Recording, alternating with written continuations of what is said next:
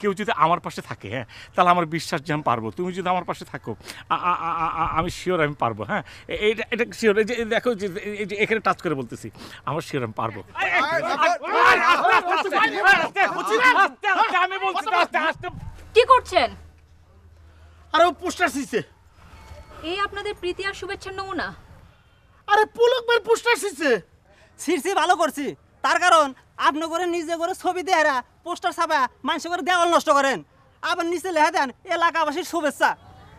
শুভেচ্ছা এলাকাবাসীর কি এতই ঠেকা পড়ছে আপনি করে শুভেচ্ছা জানানে এত টাকা খরচ করে এরা?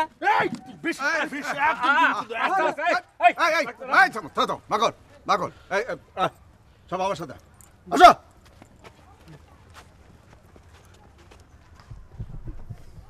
থামলেন কেন? আরো মারতেন। আপনি পোস্টার বানিয়ে লোকজনকে প্রীতি ও শুভেচ্ছা জানাচ্ছেন, সেটা কেউ গ্রহণ না করলে তার কপালে তো আঘাত আসবেই। এ আর নতুন কি?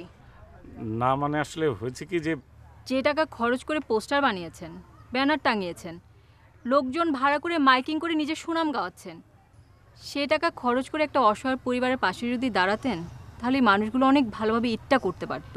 পোস্টার ও ফেস্টুনে যে লিখেছেন প্রীতি ও শুভেচ্ছা, এতে তো কারো কোনো উপকার হচ্ছে না, বরং ক্ষতি হচ্ছে। যদি সত্যিকার মানুষের উপকার করতে চান, তাহলে মানুষের পাশে গিয়ে দাঁড়ান, দেয়ালে পোস্টার সেটে আর ব্যানার ঝুলিয়ে নয়।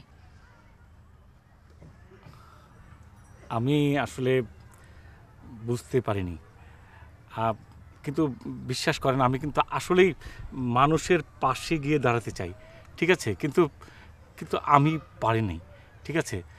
যদি তুমি যদি মানে আপনি যদি মানে আমি আমি যেটা আসলে চাচ্ছি যে কেউ যদি আমার পাশে থাকে, হ্যাঁ, তাহলে আমার বিশ্বাস যে আমি পারবো। তুমি যদি আমার পাশে থাকো, আমি শিওর আমি পারবো। হ্যাঁ, এইটা এটা শিওর। এই যে দেখো, যে এই যে এখানে টাচ করে বলতেছি, আমার শিওর আমি পারবো, ঠিক আছে না? তুমি কি বলো?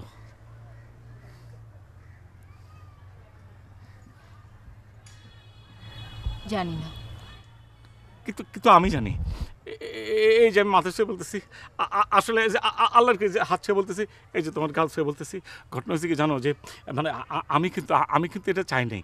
মানে আমি কিন্তু ছোটো থেকে কিন্তু খুব একটা খারাপ না। হ্যাঁ, মানে ঘটনা হচ্ছে যে আমি যেরকম অনেক কিছু বলতে পারতাম না, বুঝতে পারতাম না, কিন্তু আমার টিচার যিনি ছিলেন, উনি যখন আমাকে শিখিয়ে দিত, আমি কিন্তু অনেক ভালো করে পড়তাম। এখন ঘটনা হচ্ছে যে তুমি যদি আমার সঙ্গে থাকো, হ্যাঁ, মানে আমার অনেক ভুল ত্রুটি তুমি আমাকে শিখিয়ে দিবা, ঠিক আছে। আমি এখনই সব পোস্টার ফেস্টুন এগুলো তো নামাবে, তোমার বললাম। তারপর একটা কথা বলি, আমরা যাব কোন কোন বাসায় কাদের অসুবিধা, ঈদ করতে পারতেছে না, আমরা যাব তাদের সঙ্গে কথা বলবো, ঠিক আছে। আরেকটা জিনিসকে জানো, যে এই যে শিক্ষা, এই যে মানে এই যেমন শিক্ষা জাতির মেরুদণ্ড, ঠিক আছে না। আর একটা কথা, যে এই মানে একটা ফ্যামিলিতে যদি একজন টিচার থাকে, পরে কিন্তু অনেক হেল্প হয়। মানে যদি ফ্যামিলিতে বাচ্চা কাচ্চা হয়, তাদের পড়া তো ঘরের থেকে শুরু হয়ে যাবে, ঠিক আছে না। চলো আমরা এখন খোলার ব্যবস্থা করি।